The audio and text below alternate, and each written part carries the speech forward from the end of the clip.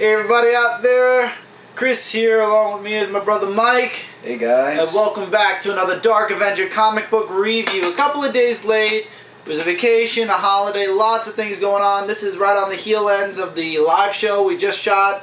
Now last night, because it's after 12 o'clock, we are 22 episodes away from our 200th Double two comic book review. Going to be a big extravaganza, I promise you guys. Oh yeah.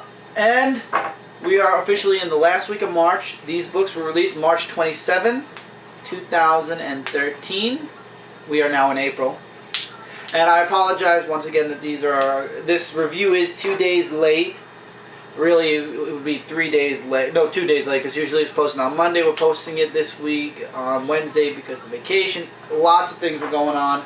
I have a presentation I'm working on. There's just a ton of things going on behind the scenes.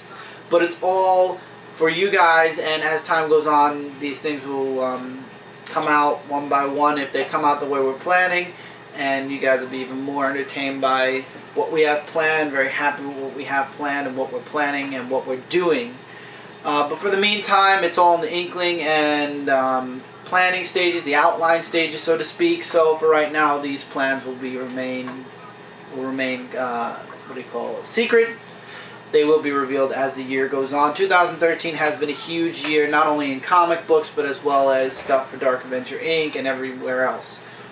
Once again, everything we do is for you guys. We love you guys.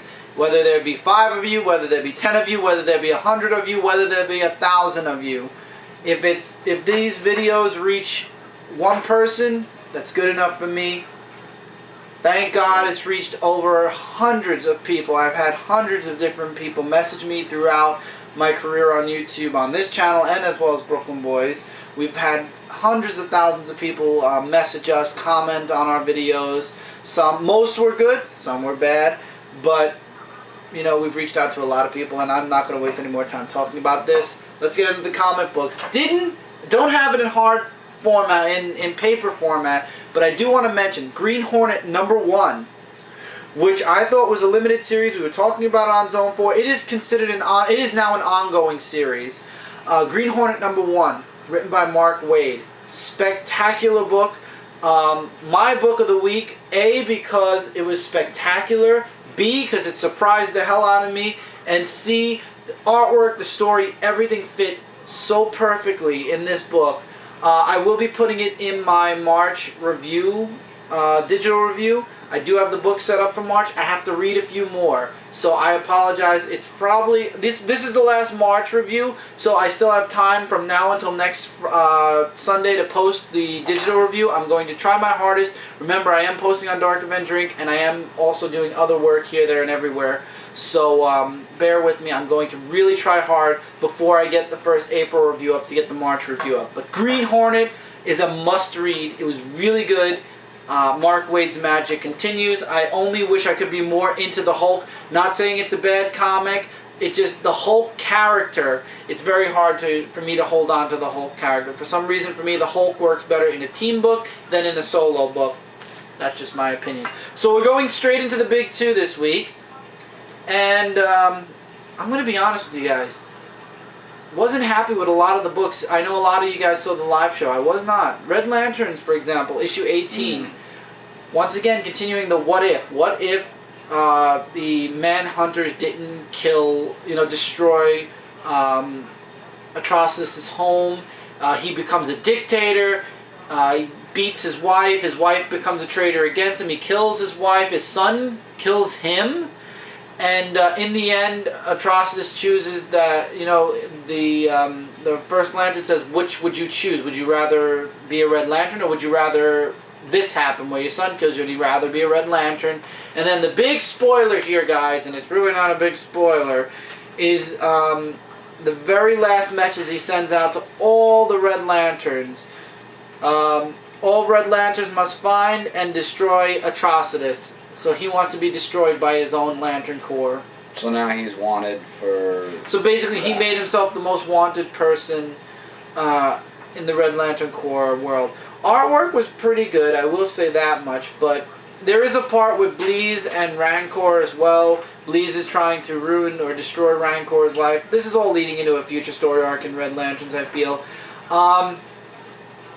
DC is cutting 6 books after this summer, or during this summer. I have a very, very strong feeling, along with a few other books, that Red Lanterns is possibly going to be one of those 6 books, because A, they're bringing out Larfleeze, B, I have a feeling they might reach out, especially after the Wrath of the First Lantern's over. What I would rather read instead of Red Lanterns, and Red Lanterns did have some good stories, if they were to get rid of the Red Lanterns and ask us as readers which Lantern Corps we would like to read more about, I'm between 2. I would be interested in reading more about the Indigo Tribe, but I'm also very interested in reading about the Blue Lanterns. The Blue Lanterns would actually be something cool to So read. a question for you guys would be, if they got rid of the Red Lanterns, and of course you can't count Larfleeze and the Orange Lantern anymore, what Lantern Corps would you like to see in a comic book? That's my question. I'd like you guys to let me know. Which Lantern Corps would you like to see aside from the Green and Orange Lantern? I think I would read the Blue. I would be interested in reading Blue and Indigo. Those are the 2 I'd be interested in. Indigo. Star Sapphire I don't think would work for me. And they might not cancel Red Lanterns. Guy Gardner's joining the Red Lanterns. Maybe they're going to try to keep it. Oh, So maybe. We'll see. But if they were to bring out another Lantern Corps, for whatever reason, I would like to see either Indigo or Blue. Because they can't do White, because White is Green Lantern New Guardians with Kyle Rayner, unless they end that, because that's gone beyond 12 issues already. Black is just the Black Hand. He's more of a villain, so he fits the villain category. What other rings are there? Black, White, Green, Orange we're getting. Star Sapphire will bore me. Maybe Sinestro in the Yellow Lantern. So that would be or Indigo. Blue, Indigo, or Yellow. I don't know. I have a feeling really by the time all is said and done, don't be surprised if every Lantern Corps has a book. But I think they already did Yellow with Sinestro. Sinestro's more of a villain also, so yeah, I would agree. Yeah. I don't think they do Yellow either. Indigo or Blue would interest me. Even if you did both, I'd read both. I was going to say both. You read my mind. Superman issue 18. Superman's attitude is definitely something you need to get used to. Even Clark Kent, he's very, he's very, to himself, Clark Kent. Ever since the relaunch, the New 52, Clark Kent's been very solo act. Because he's Superman and he knows if he brings anybody into his life, it's going to put them in direct danger. So as Clark Kent, he kind of pushes away from people, it feels a bit more. Isn't that like Spider-Man? Sort of. Yeah. And Cat Grant opens up this this website for. I like the artwork. I will say that the artwork is really good. And for those of you that didn't know, Clark Kent quit the Daily Planet. Cat Grant left with him. Really good artwork. Lois Lane is actually back at the Daily Planet apparently in this book. This book is more of a segue book into what's coming next. So Cat Grant opens up a website called Clark Catropolis, which is basically a news website that she and Clark are going to run, or, well, she wants Clark to work with her, but Clark's kind of not for that. People decide to jump off a building due to some sound coming out of a DJ machine. Wow. And Superman saves them, and he wants to take the stuff back for examining.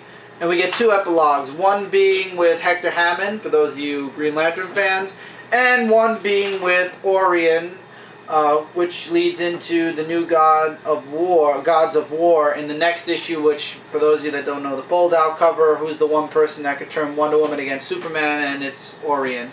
One thing I really did like, as I showed the artwork, was the very beginning, where the United States Senate, this is ramifications for what happened during Hell on Earth. What was that? That was your iPod. Really? Okay. And basically the Senate thinks that Superman's Fortress of Solitude is a danger to the world, and they want to send their agents in, what was the word? What was it? Send agents in and inspect what's in there, and at that time a commission will secure and remove anything that is deemed a threat to either individual nations or world at large. And Superman's like, no, that's not going to happen. And they're like, your word is not enough to put this matter to rest. This matter is not open for discussion or negotiation. My word is going to have to do, because that's all I'm offering. basically Superman tells the Senate they can drop dead. Nobody's getting access to the Fortress of Solitude. It's his home, and it's built the way it's built, not only to protect Superman inside, but to protect the world and humans from what's inside. It's to protect Superman from what's on the outside, and to protect the world from what's on the inside. And basically says, go to hell. You're not touching my Fortress of Solitude, and you're not coming in, and you're not inspecting, and you're not taking anything out. That's why I like this book. That's what really was like, whoa. So you can see in this new 52 world, not too many people are so welcoming of Superman like in the old 52, where Superman was the most loved superhero in the entire DCU. Everybody's kind of more afraid of him and feels like he's more of a threat. And even the Senate, they want to get into that Fortress of Solitude. In the old DCU, they didn't give a crap about the Fortress of Solitude. It existed, and everybody was like, oh, it's Superman's home. But it wasn't that whatever. Nobody cared about going inside. Now the Senate and the governments want to actually go there, and he's like, no, you can drop dead. So it was a fair book. It was a fair book. It was all right. Once again, it's a lot of getting used to this new Superman. Yep. Alright, Justice League Dark, issue number 18. This book was awesome. I mean, the artwork and the story. Basically, just to sum it up, the Justice League Dark team are going to war. I love this splash page right here. World Justice League Dark team. And they're just fighting a war along with, you know, Timothy Hunter and Zatanna. Because the Justice League Dark team's looking for them, actually. And it's just an all-out fight. And Viker actually, Commander Viker actually teams up with Zatanna to help out. So it's really more of a team-up that everyone has. Meanwhile, Jack Hunter, Timothy's father, shows up. And he has a little talk with his son. And there's just a lot of dialogue there. So if you want to know what happens, you guys could read this or check my in-depth comic review.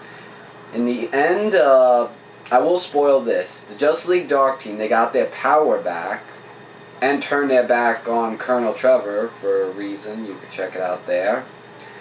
The next issue, there is going to be a crossover. And not a crossover, a guest appearance. well, a guest appearance, but sort of like a crossover. And man, I am so waiting to see this person. Well, we all know, because we all saw the live show, it's going to be Swamp Thing. Well, yeah, I didn't want to spoil it because I say in the in-depth review, but yeah. But all in all, guys, it's still a great issue, and you guys should absolutely be reading this, so that's awesome for this week. But I have one more, so now back to Chris. Batman the Dark Knight issue 18. This was recommended to me an issue back by Mark or MTV, and it's the origin of the Mad Hatter. This continues his origin while also some others, like Batman's still searching for the Mad Hatter. He finds out about the Mad Hatter's tea, how each of his teas has like this special thing that adds something to his personality. Each tea is like his own weapon. It's like his own, as Batman puts it, utility belt. And I love how in a certain part of this book, Batman goes to, I believe it's Tweedledee, so to speak. Tweedledee? Yeah. And he asks about the Mad Hatter, where he is, and, you know, he wants to know what he's hunting for and why. And I love how he gets this big, Tweedledee's like, you remember that time you met me and you fractured, you did your little trademark move where you smashed down on my face? And he gives him a list. You broke this, my teeth, I can never taste again. And he gives him like this huge thing, like, you destroyed my life. And he's like, so no, Bats, I ain't telling you nothing. And Batman's standing there with that face like, and then he just gets mad and says, he tells him, well, if you're the reason why people were killed, so if I catch you on the wrong side, Tweedledee, I'll break that jaw clean off this time. And he leaves. The artwork in this book is spectacular. You get more of the Mad Hatter's twisted past, so to speak. There is a moment between Batman and Catwoman, which I didn't see that coming. It doesn't go off well at all. He just leaves her there, and the Mad Hatter is searching for his Alice. And at first you think it's a woman from his past, but it's not. And he's a sick and twisted SOB in this new 52. And Bruce Wayne reveals who he really is to somebody, and I don't know who this woman really is, but yeah, it ends on his side with him revealing that he's Batman to this person, and it ends in the past where the Mad Hatter actually began. He's taking these testosterone pills because he's short and he'll always be a kid, so it's supposed to help boost him a bit, but there's side effects, and the side effects is psycho. Well, you know the rest. Really good book. I enjoyed it. As well as I enjoyed Injustice number 3. The President of the United States hires Mirror Master to kidnap the Kents, Ma and Pa Kent. So apparently, in the Injustice universe, the Kents are still alive. Explain to me how this fits in the New 52. It does not. Well, then again, how could it fit into the New 52? Duh. Maybe it's Injustice. It can't happen. But apparently, in the Injustice universe, Ma and Pa Kent are alive. Maybe it's a whole... So the Injustice universe is a mix between the old DCU and the new DCU. That's what I'm guessing. So Mirror Master kidnaps Ma and Pa Kent, and basically this kind of unites the superheroes onto Superman's side, where it's like to stop the fighting between nations. Batman confronts the President of the United States, and Batman's kind of not on Superman's side. He knows that power corrupts, and he knows that this will go to Superman's head. And in the end, there's the last chapter of this book.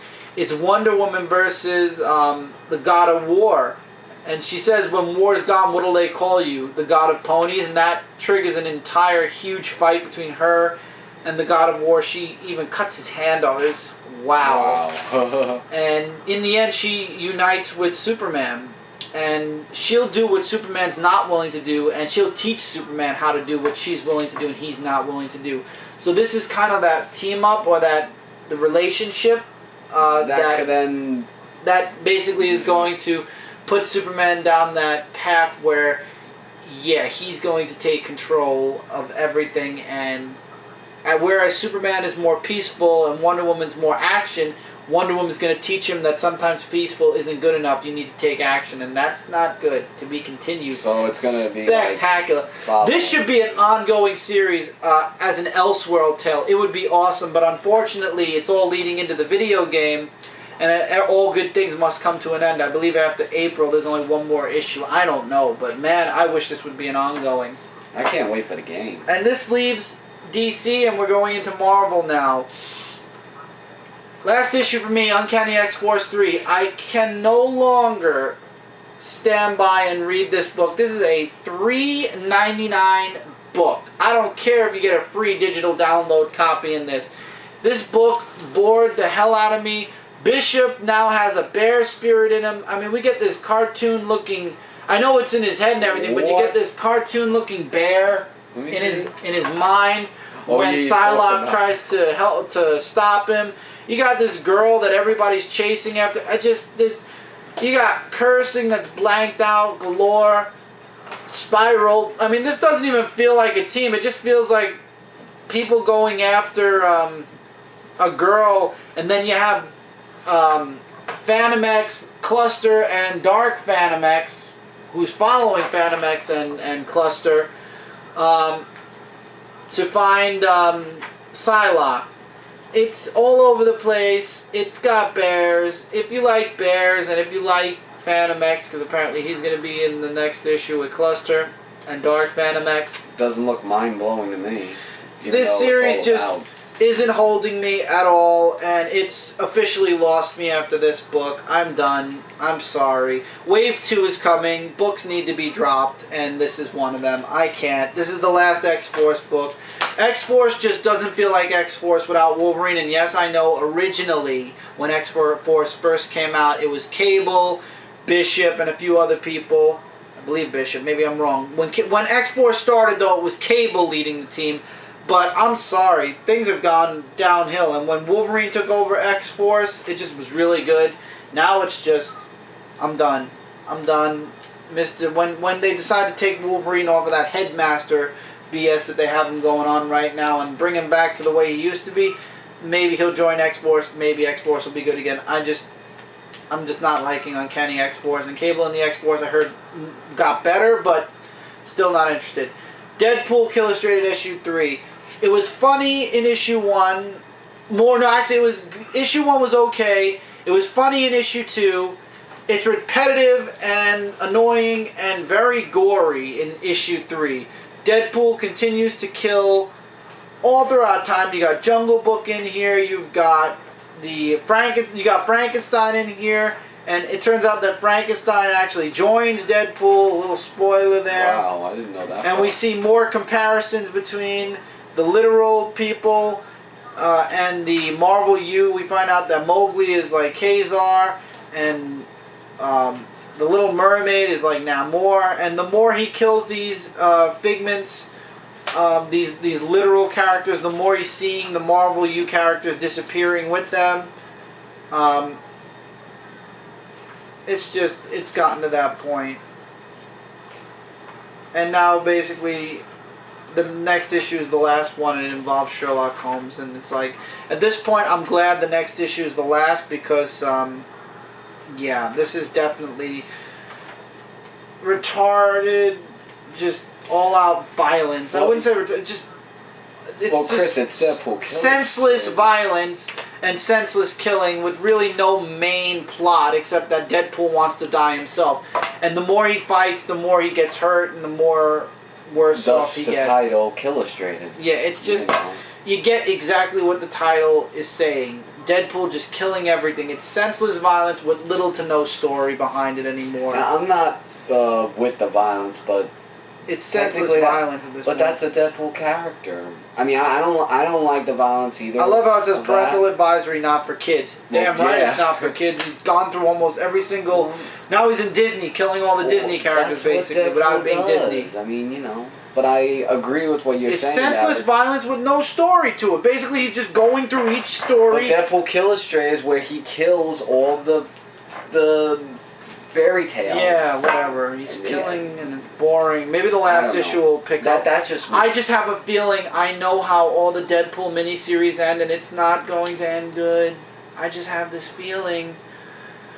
We'll see. Wolverine and the X-Men issue 27. Oh, I can't wait for issue 28. This story arc is so boring and so drawn out, and it's like only been like 3 issues. Last issue we got the origin of Dog Logan, and if you've been reading, if you read older issues of Wolverine, not X-Men related, just the Wolverine stories, you would already know most of Dog Logan's origin and stuff, but you had to read it again, obviously, in the last issue.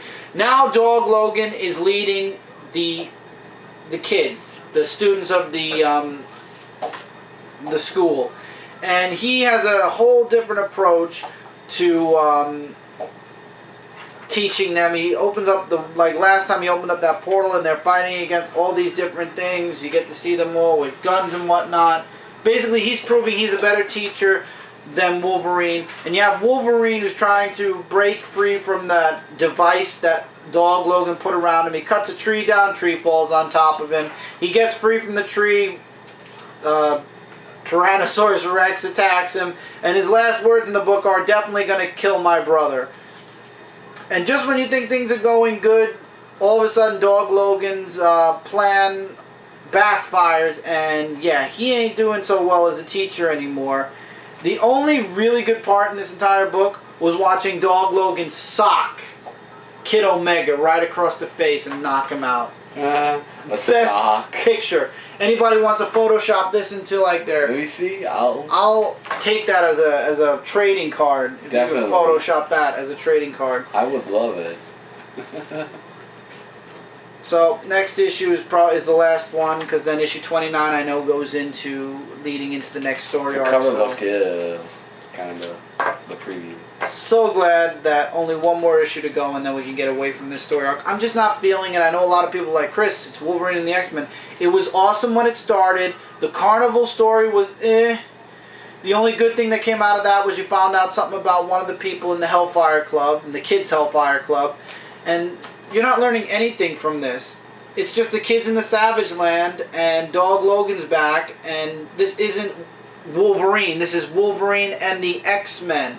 So technically we should be focusing on the kids from the school, which are going to divide up anyway, because the Uncanny X-Men are at the school, and they're going to take students, and then apparently the Hellfire Club is going to come, and they're going to try to steal some students. Who's going to be left at the school when all is said and done? I wish they'd bring Charles Xavier back from the dead already, man, because the X-Men are like all over the place, divided all over the place. He's shown a little bit in X-Men Legacies. You know, it's the mind. You know that when the Hellfire Club comes, they're going to steal the students. Wolverine's going to get the students back, and I pray that Cade Kilgore dies. I've been praying for 27 issues now, and I don't think Wolverine's going to do it. Somebody's got to do it. I hate this kid. I hated him from issue 1.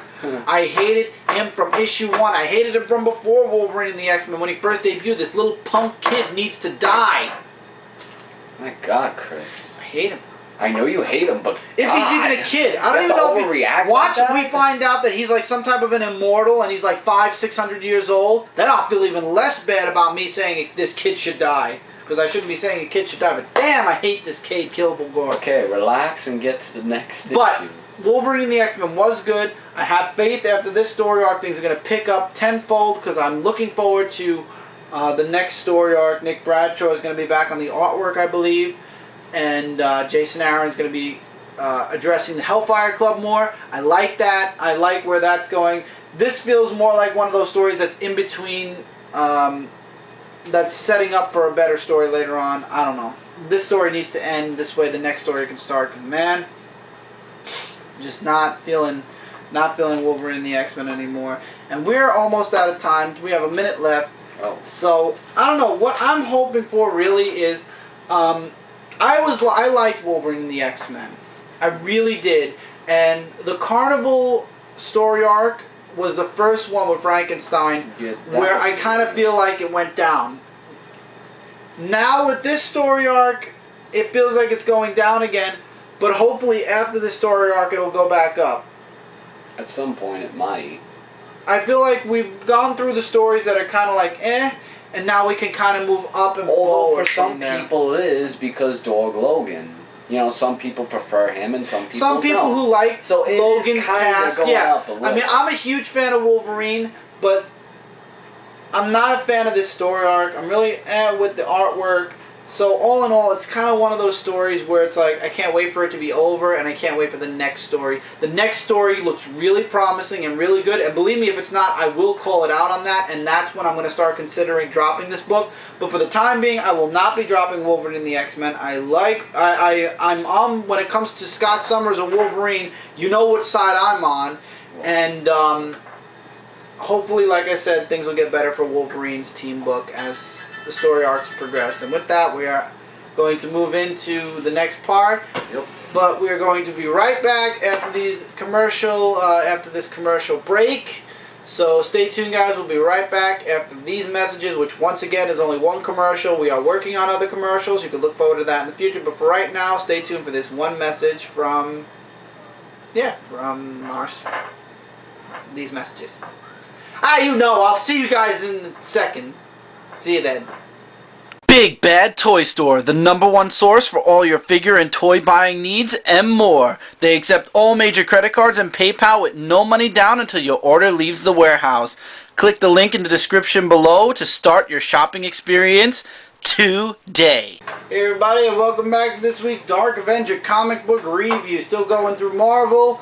Scarlet Spider 15. This story arc was terrible. Thank you God it's over. And I know it's turned a lot of people off to this series. I know for a fact a lot of people are questioning whether they're going to come back for the next issue. I know a few people that decided that they are not coming back at all for this issue. It was basically werewolves versus the spider. And when I say the spider, I mean Kane as the were-spider. See, and apparently all he thinks about is prey and eating and kill. And after he saves Arsley from the wolves, which don't fare very well against him, he has a hard time struggling. He actually wants to kill Arsley at first, but in the end she snaps him out of it. He breaks free from he like takes off the wereskin, so to speak, the spider skin, and apparently doing that he grows his hair really long, his beard really long, his tattoo's gone, his entire body is fixed. No more scars, no nothing. Everything is gone. And he gets the tattoo over again. He cuts his hair. He shaves everything. And life goes back to normal, as the writer puts it. So basically the story arc, nobody's going to talk about it for a while. It's going to go on the back burner. However, Madam Web, which is, well, Julia basically is saying Kane's name. Between worlds, somebody says Spider. And the end of all things, somebody's mentioning the other has ascended. The culling will soon begin. For those of you who don't know the culling or the other, you can check out the other story arc that was way back before Brand New Day. So I don't understand how this is still going on when all this was changed because of Mephisto. Mephisto. He changed everything. So I don't understand how the other still exists. But anyway, you can go way back to Back in Black, way back when Mephisto's an X Factor.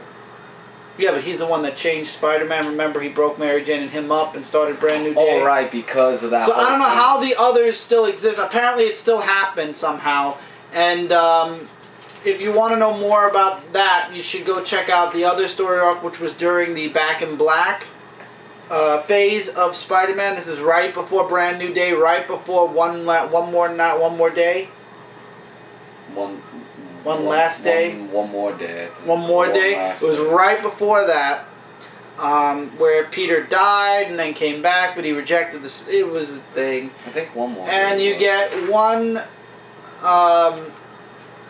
epilogue where you get introduced to all these characters who are going to go after Arsley and Kane, and basically good old-fashioned rodeo is up next. As I said in the live show, I will say it here too. They are referencing and stereotyping way too much Texas stuff in this book for their own good. Now, I'm not making fun of Texas, but this book sure is stereotypical of Texas in certain aspects. I'm hoping the next issue will be better. I will be coming back for the next issue. I have faith things are going to get better for this book, just like with Wolverine and the X-Men. I just hope we don't reference the others for a very long time, which eventually we are, because this story arc wouldn't have happened if we weren't. But well, I just hope that a few good stories come out of Scarlet Spider before we get there. Young Avengers #3, I have no idea what's going on. And even the readers of Young Avengers are kind of going, huh? Kate and Novar, the Protector, are nowhere to be seen yet. Maybe they'll show up in the next issue. Miss America shows up out of nowhere. And everything's in shambles. Throughout most of the book, you have either Hulkling or Wiccan with their hand over Loki's mouth to make sure he doesn't teleport away. You have a Asgardian, I forgot what this guy was called. Looks like the big blue avatar. Yeah, whatever. This blue avatar looking guy who has a name and I cannot figure out what it is, fighting against Loki, Hulkling, and Wiccan. Miss America shows up to save the day all battered and bruised. We don't know how she got battered and bruised. And it turns out that Canada and whoever these two women are want Miss America to come home. She has studies to do and whatnot. So basically this is like the kids versus the parents at this point. And it's all because of this leech that was pulled out of this universe because of Wiccan and Loki kind of sort of interfering in a way. The only reference to Spider-Man is when they're teleported, when Loki teleports them to to Mary Jane's nightclub, which is where they're all hanging out trying to figure out what to do next. Loki's like, either I could teach you how to do it, or you could lend me your powers and I can undo it and then give them back to you. And they're like, yeah, that's not happening. So then what takes a little time to learn for a god will take a long time for Wiccan to learn. Wiccan's kind of having trouble with his powers because this woman that he brought back, this leech, is leeching off a lot of his powers. And yeah, and the leech actually does show up with Hulkling's parents, and yeah, they make short work of the Young Avengers, and it ends with the woman saying, "I'm gonna have to kill all of you." Okay, Next issue has Kate and Novar on the cover, so hopefully we'll be seeing a little bit. This first story arc is just out of this world. Like, what the heck am I reading? But I like the Young Avengers enough, and it is a $2.99 book, so I'm gonna live through this first story arc and see what's next. But if the next story arc has me feeling the same way this story arc is, where I'm like, what the heck is going on? And you know, this is not really working out so well for everybody. Yeah, I'm probably going to end up dropping it. But for right now, I'm going to try to hold on to Young Avengers as much as possible. And that's it for the bad books. And now we'll go into one of Mike's books, and then we'll finish out this week with Marvel. Okay, X-Men Legacy, issue number 8. This is a good book, I have to admit. There's lots of like twists and turns.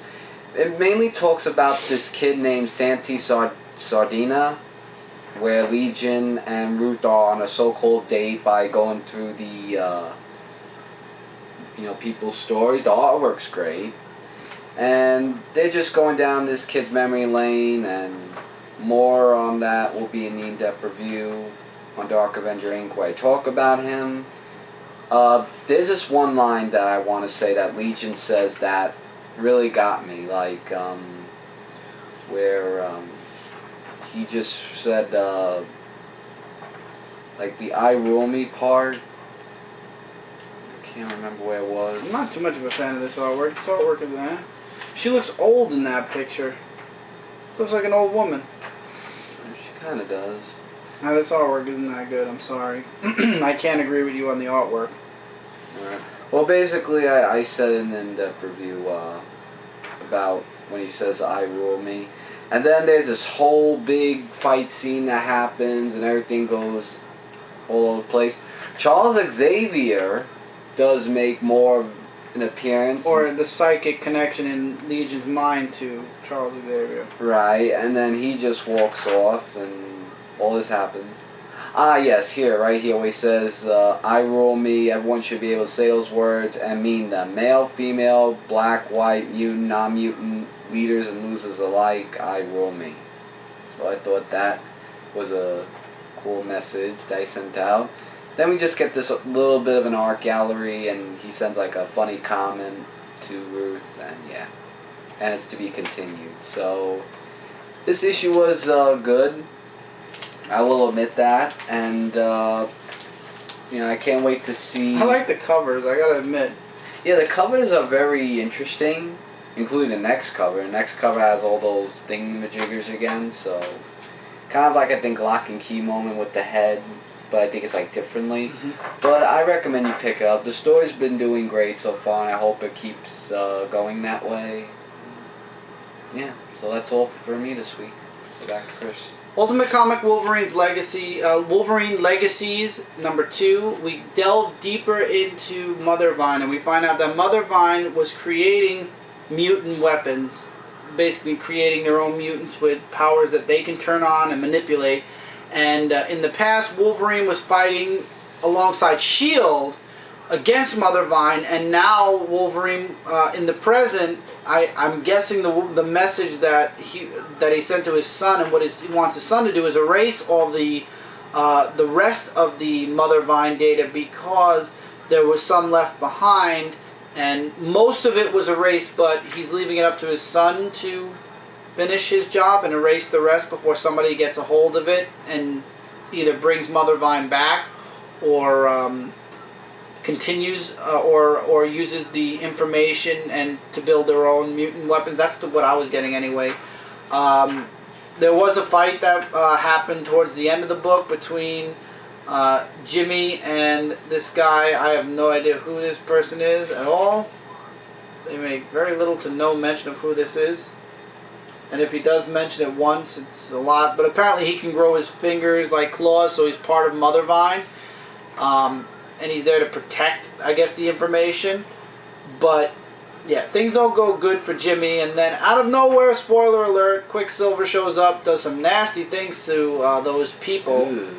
Yeah, and he's like, you shouldn't be wallowing on the floor. Let me help you up, brother. So apparently, Quicksilver kind of, I have a feeling I know what's going on. Jimmy's going to want to destroy the data. Quicksilver's going to want to use it. Kind of Quicksilver's going to be probably the new Magneto of the Ultimate Universe, sort of.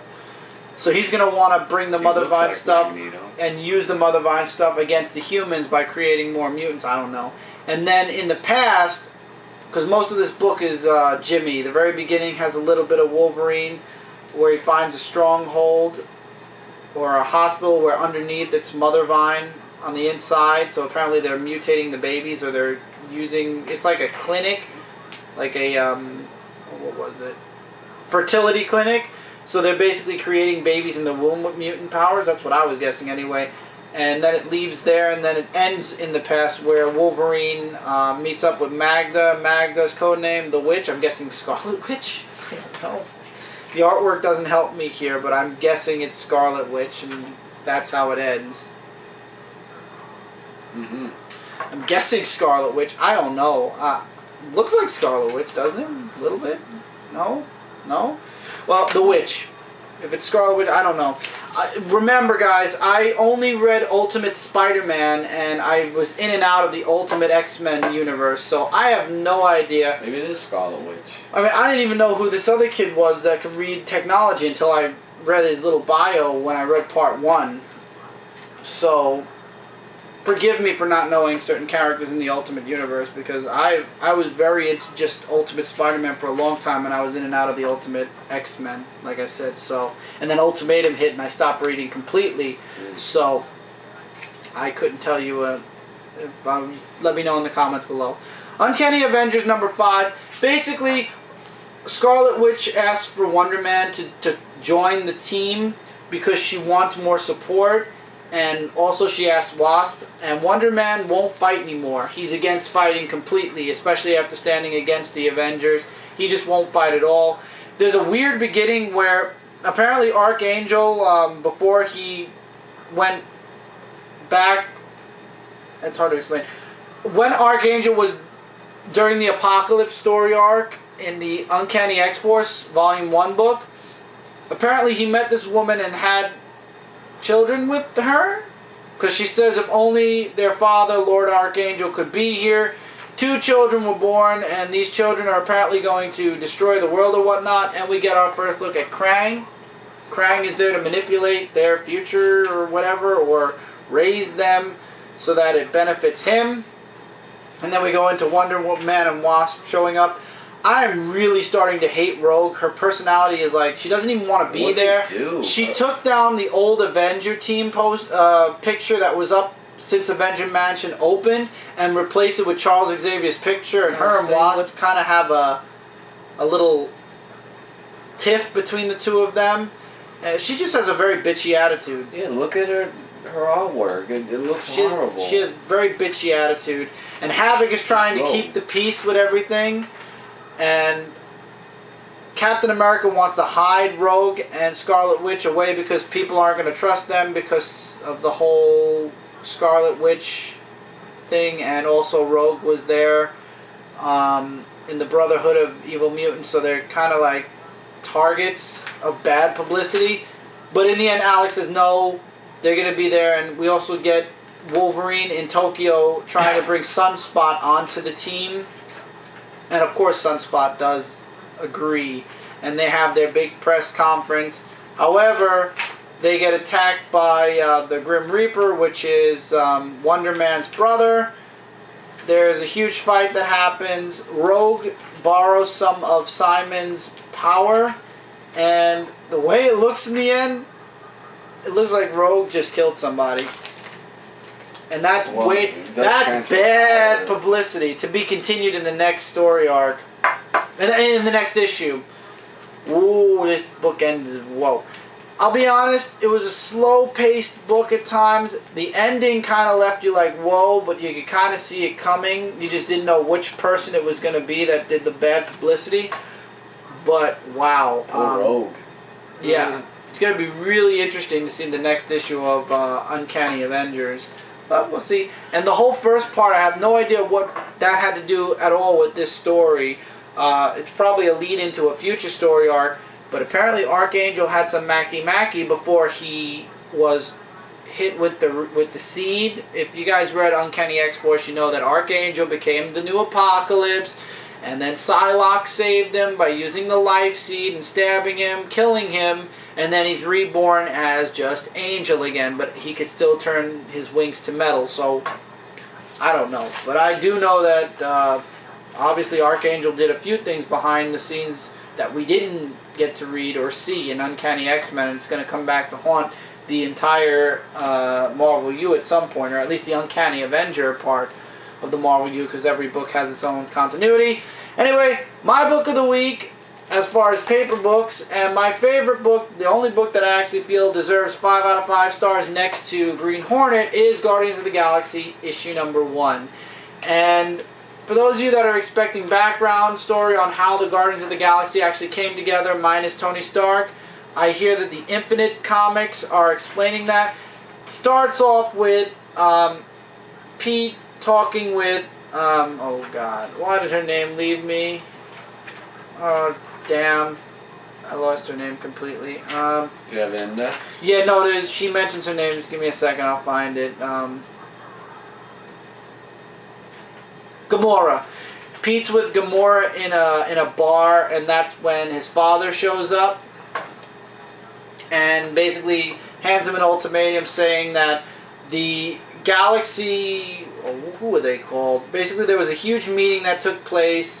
The Council of Galactic Empires, the Kree, Sprax, everybody held a meeting, and there's a new rule. The rule is that no one is allowed to set foot on Earth's soil.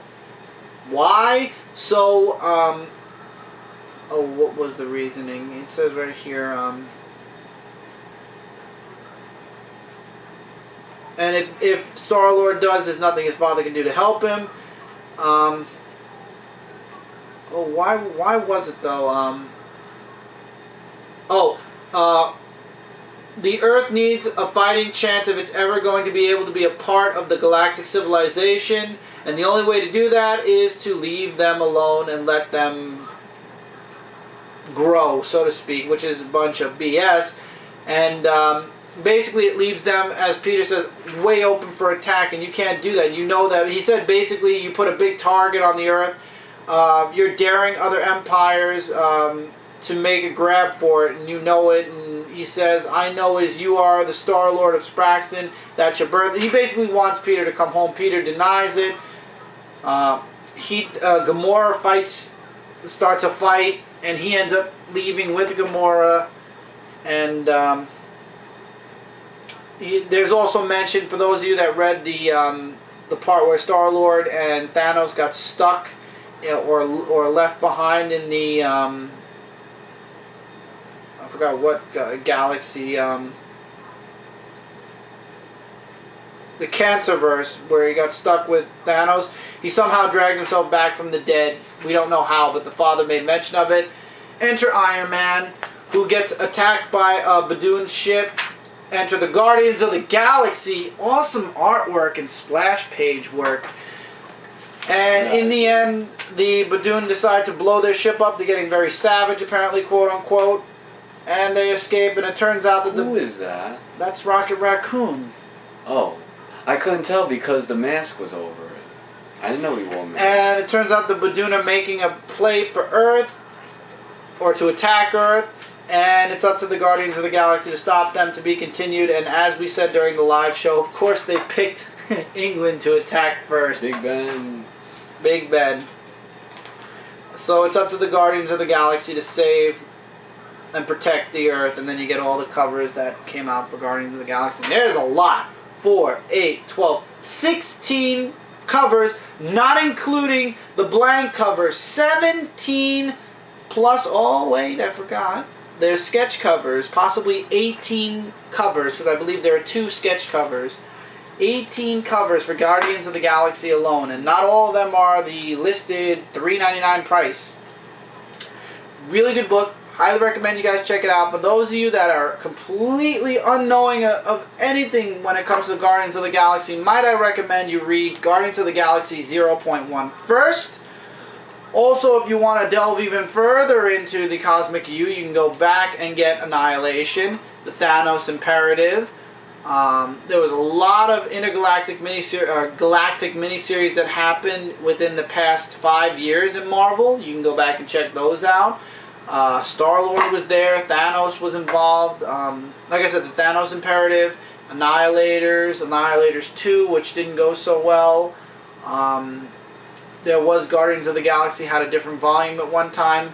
But there's also the Infinite comics, which are free. They did one for Drax, and from what Steven told us on the live show, 2 for Rocket Raccoon, which I have to go on the Marvel website and see if I can get them.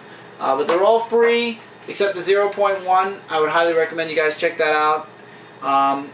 It's easy to jump into. I never read anything Guardians of the Galaxy except the 0.1 issue, and it set me up perfectly for this book. I may not know, I may not have read anything about Drax, Gamora, Groot at all, or Rocket Raccoon at all, but I read this book and it fit like a glove. I can't wait for the next issue. I'm happy, especially with a sea of disappointment books, a drop book, a book that was kind of like average, 2 books that were average ratings, and when I say average, I mean anywhere from a 3.5 to 4, maybe a 3 to 4. This was a 5-star book this week. So, other than that, there really was nothing that really jumped out and said, oh my god, this is an amazing book, except for Green Hornet. Right. And I know we said this on live show. Today is April 3rd. And we would like to wish our best and awesome friend Kevin, Showolf000, a happy birthday. Yes. He's on Dark Avenger Inc. with us, so yeah. Yes. Just thought I'd point out there. So look forward to individual reviews. I will be doing a couple of individual comic reviews this week on Dark Avenger Inc. Those will be going up on Wednesday along with tomorrow's Wednesday night into Thursday morning, along with the weekly rundown, which will return. Don't forget to check out comicrelated.com for all your comic-related news, reviews, and a whole bunch more. Don't forget to also check out darkavengerinc.com, where we try to give you guys a couple of videos each and every day, so when you come by the website, or for now the YouTube channel, we have something new for you to watch every day. If you are on the YouTube and you haven't already, definitely do subscribe to Dark Avenger Inc. So this way we'll be in your news feed and you won't miss out on a thing. Also, if you're not subscribed to this channel, please do feel free to subscribe to this channel. I do my reviews. I have a figure review once a week. We have Comics Point 3. And that's basically a comic discussion and the live show every Tuesday. And who knows, we might have some more stuff as time goes on this channel. I might have some more stuff coming for you guys on this channel. So definitely do click the sub button wherever that is, so I'll be in your news feed as well and you won't miss out on a thing. So let's run down these comic books this week and end this video. Guardians of the Galaxy 1, the best book that I have hard copy wise this week. Highly recommend you guys check it out. Uncanny Avengers issue 5 was okay. I would definitely say give it a check out, as well as Wolverine, Ultimate Comics Wolverine Legacy issue 2, X-Men Legacy issue 8. Great issue. Can't wait to see next issue. I'm utterly lost in Young Avengers, and so are a lot of people apparently, so hopefully things will pick up as time goes on. Scarlet Spider issue 15, thank God this story arc's over. Hopefully things will pick up in the new story arc. I can't wait for issue 28. This is issue 27 of Wolverine and the X-Men. I can't wait for the next story arc to start there. DeadPool Killistrated issue 3. If you just like to see senseless violence with little to no story, here it is. Uncanny X-Force issue 3. I'm officially done. I'm sorry. I can't with this book anymore. It's just, there's so many reasons why I just can't read this book anymore. It's just annoying. Injustice Gods Among Us issue 3 was really good. Highly recommend you guys check it out. Batman The Dark Knight issue 18 was also something I recommend you guys check out. It's the origin of the Mad Hatter, and he's freakier and creepier than the Joker is at certain things. But then again, nobody could ever top the Joker, so he's right after the Joker, if anything. Justice League Dark issue 18. Awesome issue. Can't wait for the special guest appearance in the next issue. Superman issue 18. Best part of this whole book was when Superman told the United Nations to stick it, or the Senate to stick it. Nobody's going into his Fortress of Solitude except him, and if they don't like it, tough shit. There were a few other parts in this book that were really good. A lot of epilogue and a lot of setup for the next issue. More of a transition, an ending to Hell on Earth, and a setup for the next story arc, and the story arc even after that. And Red Lanterns 18, good God. Unless you're a completionist for the Wrath of the First Lantern, don't get the book. It was just another what-if story, so to speak. And that's it for this week's Dark Avenger Comic Book review, guys. Take care, keep reading, keep collecting. I will see you guys really soon in another video. Take care, everybody. Later, guys.